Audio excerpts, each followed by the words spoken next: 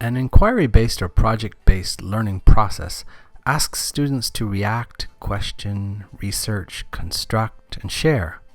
Other terms come to mind like acquisition followed by processing, storing, etc., or the connection phase, and a significant emotional experience for the learner. Key to our process, too, are notions of orientation, conceptualization, since direction and key concepts need to ring true throughout the process. Students begin ideally with a guiding question or a problem that sets the scene but holds no right or wrong answer. Students in social sciences then explore further an event, a people or person, an issue, etc.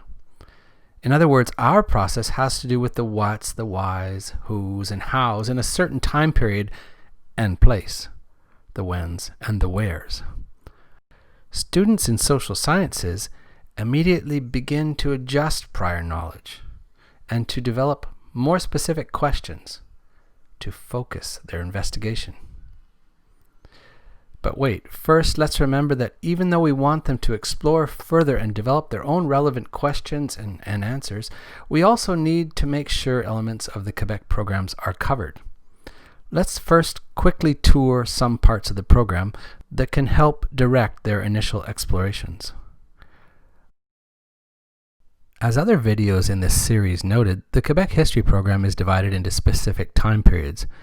Here is what you'll find for each time period to help guide you, with each piece of the puzzle being a way to help focus your students' observations and inquiries. When planning, you should try to use all parts of the program. In the example I will use in this video, our goal is for students to explore the Irish and French-Canadian migrations in the mid-19th century, topics of 2 sections of LEARN's new secondary history student resource site. The key historical knowledge puzzle piece of the program is itself impossible to miss, since the associated knowledge to be acquired lists are basically the program content itself, spread out onto several other pages afterwards. But remember to look closely even at this overview document too, where you are reminded of specific concepts that provide overarching notions students can and should continually reflect upon.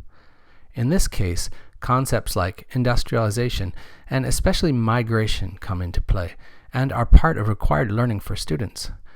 But important for us here, conceptualization helps to fine-tune initial explorative learning, giving students a direction, a lens onto what they will see, gather, and examine.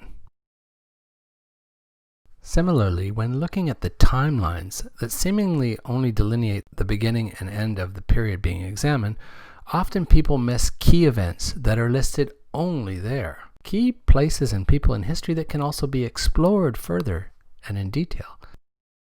But again, about focus, direction, angle. To ask, what am I looking out for when I explore further? In older programs, each program content section had a so-called designated focus that prescribed a position or perspective on the events of a time period. A precise read of the time period's description provides the elements to be covered, again suggesting ways students can begin exploring and developing questions to be asked.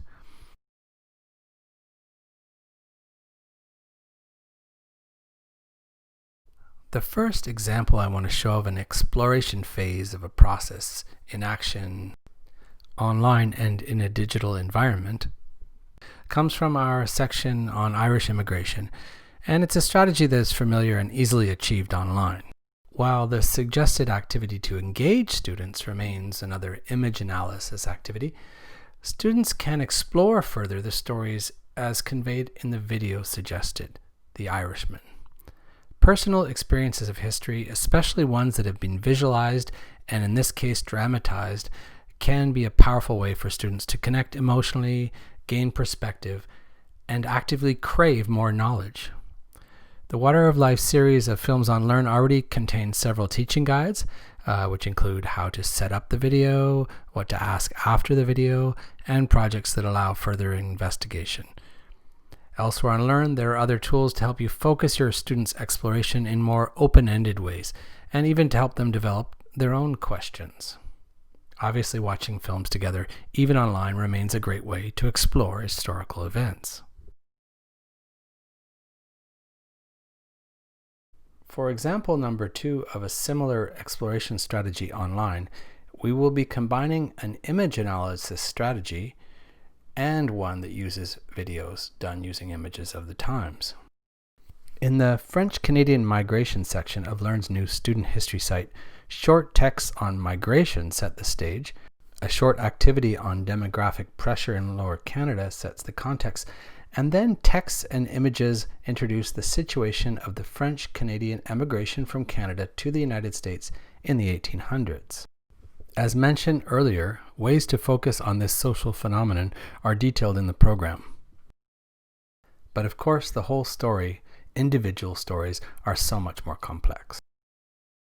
A strategy based on Sir Wilfrid Laurier School Board consultant Dan Hedges' Curiosity Labs project is adapted here, to examine in more detail a series of photographs from the times. Each student or group is presented with a particular photo, which is divided into quadrants. Then simple blank boxes are made available in which students can make observations. Some photos portray individuals and are more personal. All photos paint social and economic pictures worth noting, questioning, and eventually investigating further. Students can collaborate in the document by writing and editing group responses in each quadrant. Then they can also invite others to join them in their slide so they can present their work. Later, as a second exploration step, student groups can also examine a video using a similar tool. In this case, the quadrants simply offer students a chance to respond to the video, to share what surprises them, what is of interest and thought, and indeed of further investigation in a project in their next phase of learning. 2 video selections are offered in this document, where the second video can also be used as an overview to the whole unit, since it describes the situation in broader terms and provides more context. The Google Slide tool can of course be copied and then adapted to your needs. However you want to explore a social phenomenon, online resources in line with the QEP program content are being built on Learn to help you more easily wander through each historical period, to help guide your students to ask questions and make the historical process their own.